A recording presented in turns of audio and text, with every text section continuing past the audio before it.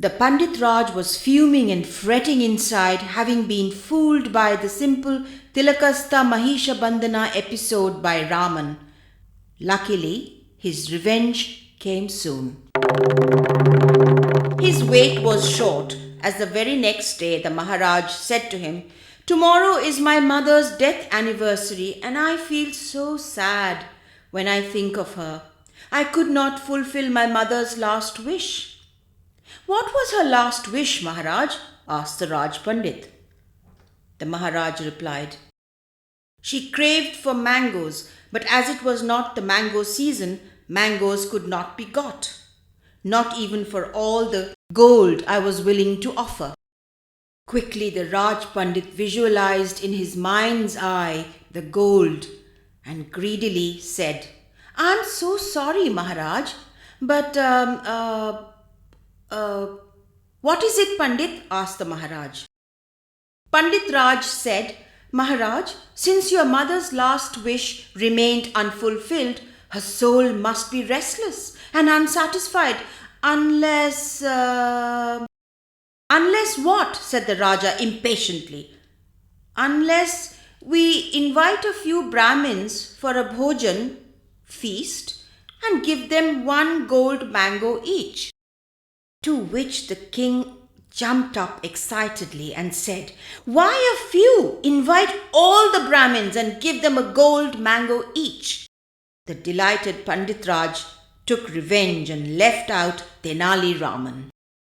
Raman watched from a corner outside the court, the Brahmins being fed and feted, and they obliged the king by accepting a gold mango each.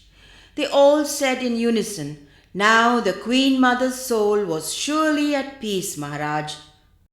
The king in turn said, "I am so grateful to all you learned men for accepting my invitation." Raman muttered to himself, "For the sake of Queen Mother's soul indeed, ha!" Just then, Tenali Raman had an idea. When the Brahmin stepped out of the palace, Raman was waiting. "Oh, learned masters," he said, "today is my mother's anniversary too.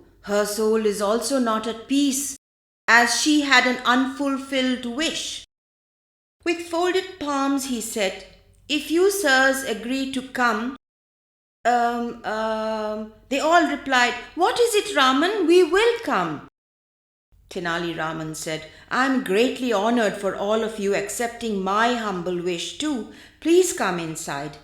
They all wondered what he was going to offer. Tenali Raman led them to the back of his house. "Masters, let me wash your feet before..."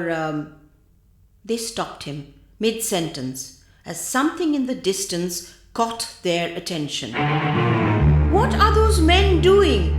Why are those rods being heated?" they all asked. "O learned masters," said Raman, "my mother died of rheumatism, and so her last wish was to have her legs branded." Jaws dropping, the Pandits shouted, "But," Raman continued, "before I could ready the rods, she died, and her soul has known no peace since. Until I brand the feet of learned gurus, she will not be at peace. Shall we begin, masters?" "Are you mad? You don't really mean that, do you, silly man?" "I am deeply hurt, masters. Will you not help my mother's soul like you helped the Queen Mother's?" Yes, Raman, but that was a different matter. Do please try to understand. Here, you keep the golden mangoes." And all of them gave the gold mangoes to him and fled. But my mother's last wish." And he laughed and laughed and laughed as he watched them flee like a pack of rats. However, the Brahmins were very unhappy, having had to part with their mangoes. "It's such a pity we had to give our gold mangoes away. Let us all complain to the king." So off they went. Meanwhile, when the king heard the story, he realized what a fool they had made of him. "Ha ha ha ha!" he laughed. "What a fool they made of me," said the king.